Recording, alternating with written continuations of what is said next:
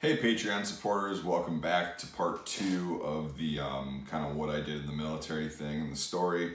We're going in chronological order from the time I signed the dotted line until I got out. And so today we're going to be talking about the time that was right after Meps, so Military Entrance Processing Station, where you do your physical and you actually sign your contract and all that stuff. So, if you haven't seen the first video, you should go back and watch that. It'll help this make a lot more sense. But after MEPS, I obviously was in the National Guard, so I was still in high school. So I was going to school full time, obviously, and trying to make that work. I sucked in high school. I hated it. It was stupid. I barely passed and graduated, but nevertheless, I did. And in that time, once a month during that point in 2008, there was this thing called the Recruit Sustainment Program, basically to keep people in the military and that, they would want to ship to basic. And what they did is they actually had a drill weekend where you got paid for it, which was pretty cool. And I started out as an E1, obviously everyone does. And my first drill, I was actually alone because my two friends hadn't joined yet and they were about to. So I was alone, but I had a guy that I knew when I was a kid who I went to my first drill with, and it was pretty fun. So what they had there is you get school bus down to this area. It's in Chippewa Falls, Wisconsin, if you know where that is. And we go down there, and I had no idea what to expect. And we get off the bus, and it was set up at the time to be kind of like your first day of basic training, or getting you in the kind of mindset of what it was going to be like. They actually had legitimate drill sergeants that had gone to drill sergeant school that were there on the weekends doing that stuff. So we got off, and there was some people that had been there before, and they're like, "Yeah, here's how it's gonna go." And so we got off the bus, and we're standing in line waiting to sign in or something, to sign the thing that says you were actually there. And I'm trying to remember this. This is 11 years ago, so bear with me if I'm trying to remember it as factually as I can.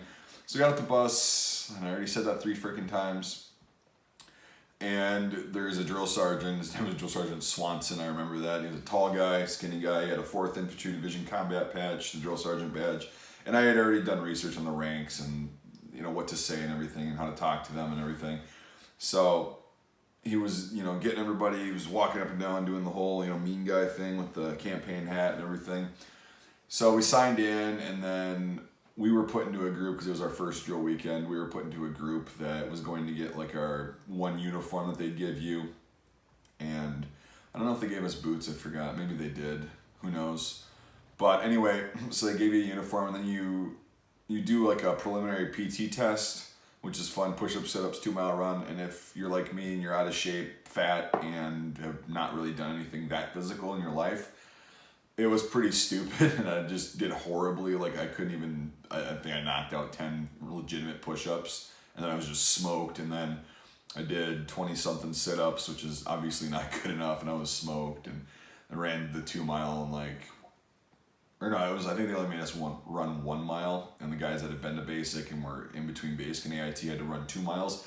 So I ran 1 mile, and it was 12 minutes. It's just horrible. And I was just dead at the end of that. And then they were yelling at us and teaching us stuff, and then, smoking us, which it's not anything like it was. But then you learn how to stand in formation, you learn the rank structure, you learn the Army values, all that stuff. It was basically just a weekend to prepare you for basic training, right? And it's set up like that. The food was catered and was very mediocre, which is fun. More power to the people that did that. Anyway, you stay the night there. It starts on a Saturday morning. You stay there Saturday night. And I had a headache because I was dehydrated, didn't understand how to hydrate and everything. It was just kind of miserable. You see on cots out in the middle of this gym floor.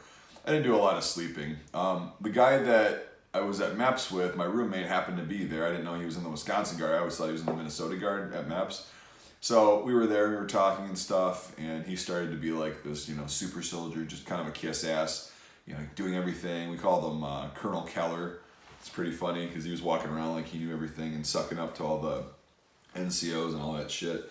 So he didn't end up making it. So he didn't end up, I don't think he even went to basic training. If he did, he washed out in the first week. So yeah, if you're watching this, good job. It's not that hard, and you couldn't do it. But he had an attitude about him, which is why I'm kind of pissed off. So he was my friend at first, and then he was just too good for me. You know, he was just this high speed guy that he wanted everybody to, all the the cadre and everybody to like him and kind of give him a pass. It was a survival thing, and I would see much more of that in the military later on. But we'll get to that. Anyway, so that happened for, let's see, January. My first one was in February. It was February, March, April, May, June. And those weekends didn't really get any easier because you're off for the whole month. And I didn't really like doing physical activity, of course. So I didn't really do much to get better and didn't really understand the concept of that at the time. Did that, and then by that time, my two friends from high school had joined. And at that point, you could get the Stripes for Buddies thing going on. So I was promoted to E3 because those two went in. You get one rank per guy, maximum rank of E3. So I was a private first class after my first drill. I went there and I was or first or third, I don't remember. Anyway, so I was a PFC before I went to basic training. Now, what happened was my ship date was the end of June or beginning of July or something like that. And I was supposed to go down there with my two buddies from high school, right? And so we all went to Meps that day. I can't remember exactly when it was, somewhere around there. We all went to Meps that day, and this time I was still like 4 pounds over. I don't know why or how. I was really dumb. I just thought everything would work out, and I thought they were desperate, and I was wrong because they told me I couldn't ship to basic training, and because I was over on my height and weight and all that stuff. And I was like, oh God, okay. So my two buddies were like, oh shit, because I kind of talked them into joining, which is looking back really dumb. But so anyway, they ended up going to Fort Benning, and I stayed back, and I got sent home, and then I had to lose a bunch of weight as fast as I could, not knowing really how to. So I was just eating like nothing, and then the day I went in to actually get measured again at the local armory, I took a bunch of magnesium citrate to just clean my entire system out.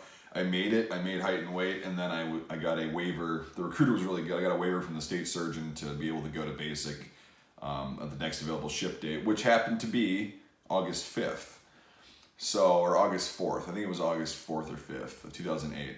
So anyway, got all that squared away. I'm just kind of abridging this because it's pretty boring stuff and, fat guy sympathy shit. But anyway, so with that waiver, I was able to go to Meps. I didn't have to go through the physical again, go through height and weight and all that stuff. So I just had this piece of paper that said, yep, you can go. So I just sat there and waited. We got our packets. And it's pretty cool when you ship to basic training. It's like one of the scariest, weirdest things of your life. And again, I was only 17 at this time. I had graduated high school, and I didn't know what to expect. And it was like, okay, OSIT, one station unit training for infantry is 4 months, 16 weeks, right? And I was like, okay, it's the longest I'm going to be gone from home, alone in my life so far. And okay, so you get the packet and you wait around, and then you go to the airport and you wait around, and then all of a sudden the flight comes and you get on there. And we flew to Dallas. I remember that. We flew to Dallas from Minneapolis down there, and then from Dallas we were there and caught another flight and then flew over to Atlanta. Now we got to Atlanta at probably 9 or 10 p.m. local time, and it was dark and everything, and I was starting to get really tired because I had been up since 5:30, and again, if you're not used to that, it's really not fun. And so we get down there at the airport, and I was, I had acquired some tobacco, of course, being 17, I had friends who were older, and so I was smoking cigarettes, because I knew we couldn't have them there, and, chewing tobacco, and everybody else is outside. And I remember walking outside when I got to Atlanta, and it was nighttime, and it was like, whew, and I had been down south before, but never in the summer, and in August it's really hot down there. So I walk outside and I'm like, oh, this is going to be a long 4 months. So we wait around. They have you wait for like 4 hours. And all of a sudden, so the buses show up. It's probably about 1 a.m. at this point. So we're seriously waiting around for that long. And I'm just kind of walking around. I don't know anybody. Pretty standard, which is kind of nice that I actually went that route because I didn't know anybody. It helped me grow a little bit more. But all of a sudden the buses come, and there's some people, some military personnel that get off, and they start yelling at you and going, hey, get in this line, if you're, this, and this, have your packets, your paperwork. So we got on the bus, and it was like, okay, this is starting to happen. You kind of get scared. I threw all my cigarettes and tobacco and shit in the garbage there because I didn't want to deal with it when we got to reception. And So I get on the bus, I'm sitting in an aisle seat in the middle of the bus, and I kind of am looking around and trying to stay awake, getting pretty nervous. And they end up driving you around this like loop. It seems like it takes fucking forever. They probably only took it slower, took a different route to get to Fort Benning, to Columbus, Georgia from Atlanta. But anyway, so the guy that was sitting on the other side of the aisle from me looked to be around my age, had a receding hairline, and I was like, oh, that's kind of weird. And so we started talking, and that's where I met my good friend Aaron, and we ended up being in the same platoon together, which was cool, but I'm getting ahead of myself. So we were talking, and we both found out we were going for 11 Bravo, and he was going active duty, and I was National Guard, and we were both pretty nervous, and we drove around this loop for, it seemed like forever on this bus. And all of a sudden, we pull in, it's like 3 a.m. at this point. We pull in to Fort Benning, and it's like, welcome to Sand Hill, home of the infantry, all that stuff. And we get to the gate, and then we drive, and I'm like, okay, well, this doesn't look that bad. It doesn't look like anything I've seen before. It's not too bad. There's nobody getting yelled at, and it's like 3 a.m. Everybody's sleeping for the most part. Nobody's gonna be walking on the streets. And we pull up to this building, and I see on the side Johnston Hall, right? This doesn't exist anymore. The building and the whole reception area changed after I went through basic training. So we pull up Johnston Hall, and I looked at Aaron, and I'm like, here we go. And then all of a sudden you see a drill sergeant walk out, and it's just the silhouette. And he gets on the bus, and it begins. So we're gonna get into basic training, actually reception next video. I just figured I'd give you a snippet of kind of what happened in the 6 months that I was still in high school, graduated, and then had to wait to ship and all that stuff. So that's what happened there. It was pretty shitty waiting around while my buddies were down in basic. I was up here. I had no plans for anything because I expected to be gone. So I was like, ah, shit, I didn't have any work. So I had to find work and get some cash and all that stuff. And anyway, I felt pretty shitty, but there I was sitting there at Johnston Hall, 30th AG Reception Battalion, Fort Benning, Georgia, on August 5th, 2008. Thanks for watching, everybody. I really appreciate your support on Patreon. Hopefully this makes it a little bit worth it. We'll see you on the next video. Stay tuned.